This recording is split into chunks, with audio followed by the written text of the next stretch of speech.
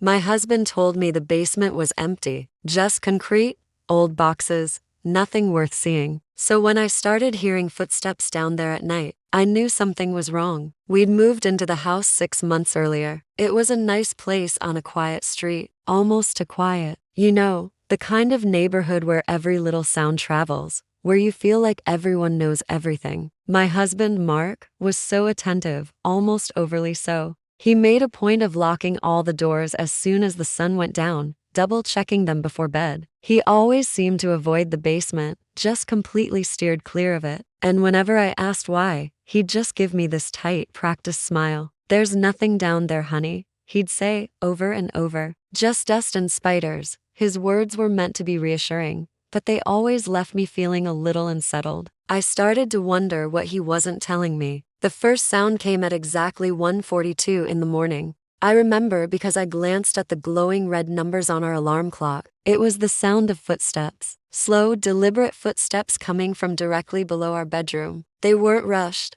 and they weren't sneaking. They were just present, as if someone was walking calmly across a concrete floor. I held my breath, listening, my heart pounding against my ribs. I turned my head slightly to look at Mark. He didn't move a muscle, but I knew he was awake. I could feel the tension in his stillness, the way his breathing was controlled. He was listening too. Neither of us said a word. We just lay there in the dark, pretending to be asleep, while the soft, steady footsteps continued below us for what felt like an eternity. The next morning, I tried to bring it up casually over breakfast. "Did you hear anything strange last night?" I asked, trying to keep my voice light. His fork paused halfway to his mouth. For just a split second, I saw something flicker in his eyes. Was it fear? Then, that familiar, placid smile returned. "No," he said, his voice a little too calm. "Didn't hear a thing. You must have been dreaming." That single word, "no," hung in the air between us. It was too quick to definite. He didn't ask what I'd heard or seem concerned at all. He just denied it.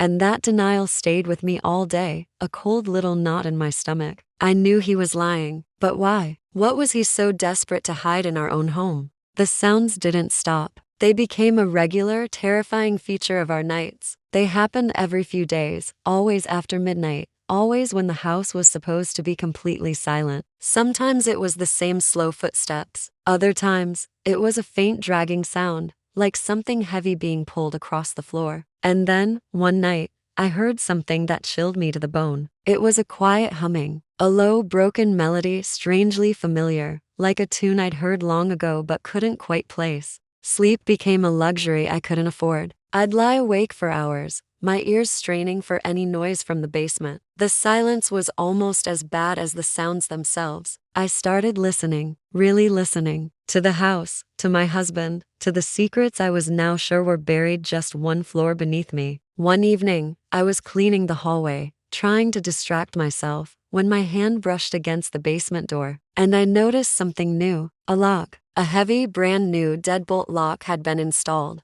It wasn't there last week. My chest tightened until it felt hard to breathe. Who puts a brand new deadbolt on an internal basement door? My hand trembled as I reached out and touched the cold metal. The moment my fingers made contact, I heard a sudden movement from below, an immediate shuffle, a quick, responsive sound. It was as if someone on the other side of the door knew I was there, as if my touch had startled them. I snatched my hand back as if I'd been burned. It was no longer a question of if someone was down there. It was a certainty. And my husband had just locked them in. That night, I waited. I watched Mark's breathing even out, watched his body finally relax into a deep sleep. My own heart was a frantic drum against my ribs. I knew I couldn't live with this fear, with this unknown, for another day. I had to know what was in that basement. Slowly, carefully, I slipped out of bed. His jacket was draped over a chair in the corner. My hands shook as I slid them into the pockets, my fingers searching for the telltale jingle of keys. I found it, a single, small brass key, separate from his main keychain, the spare. With the key clutched in my sweaty palm,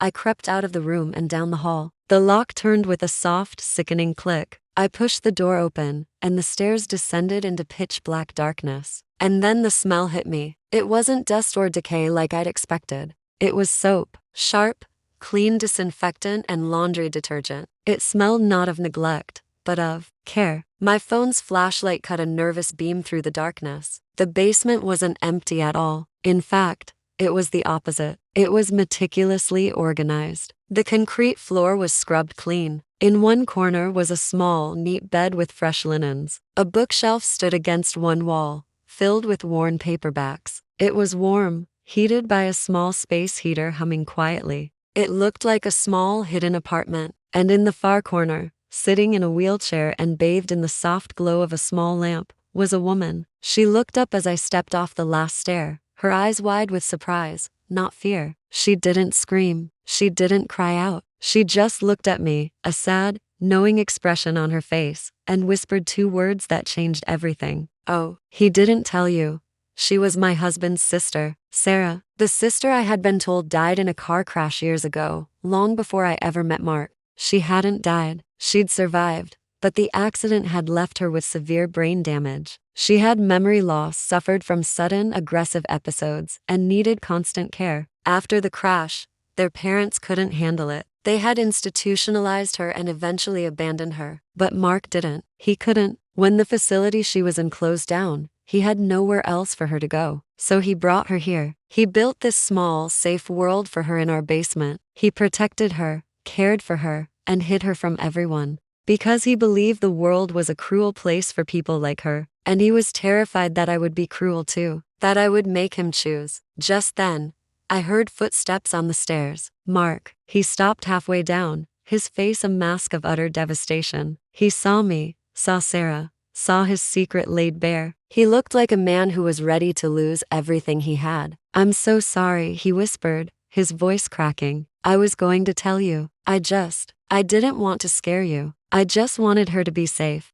I looked from his pleading face to the woman in the wheelchair. She had started humming softly to herself, rocking gently. It was the same broken, familiar tune I'd heard through the floorboards. The same tune Mark hummed absent-mindedly while he cooked dinner. It was a song their mother used to sing to them. It wasn't a ghost in the basement. It was family. We didn't call anyone. I didn't run. He didn't try to explain any further. We just sat there together on the cold basement steps. 3 people, 1 house, and a secret that was no longer hiding in the dark. We talked for hours. I met Sarah, really met her. And that night, for the first time since we moved in, the house felt truly quiet. The silence wasn't empty or menacing anymore. It was peaceful. Sometimes the things we fear aren't a warning of danger. They're just a profound misunderstanding. And sometimes the truth isn't a terrible secret waiting to destroy us. It's just fragile and needs to be handled with care. If this story made you feel something, if it made you think, then stick around. There are many more stories to tell. Thanks for listening.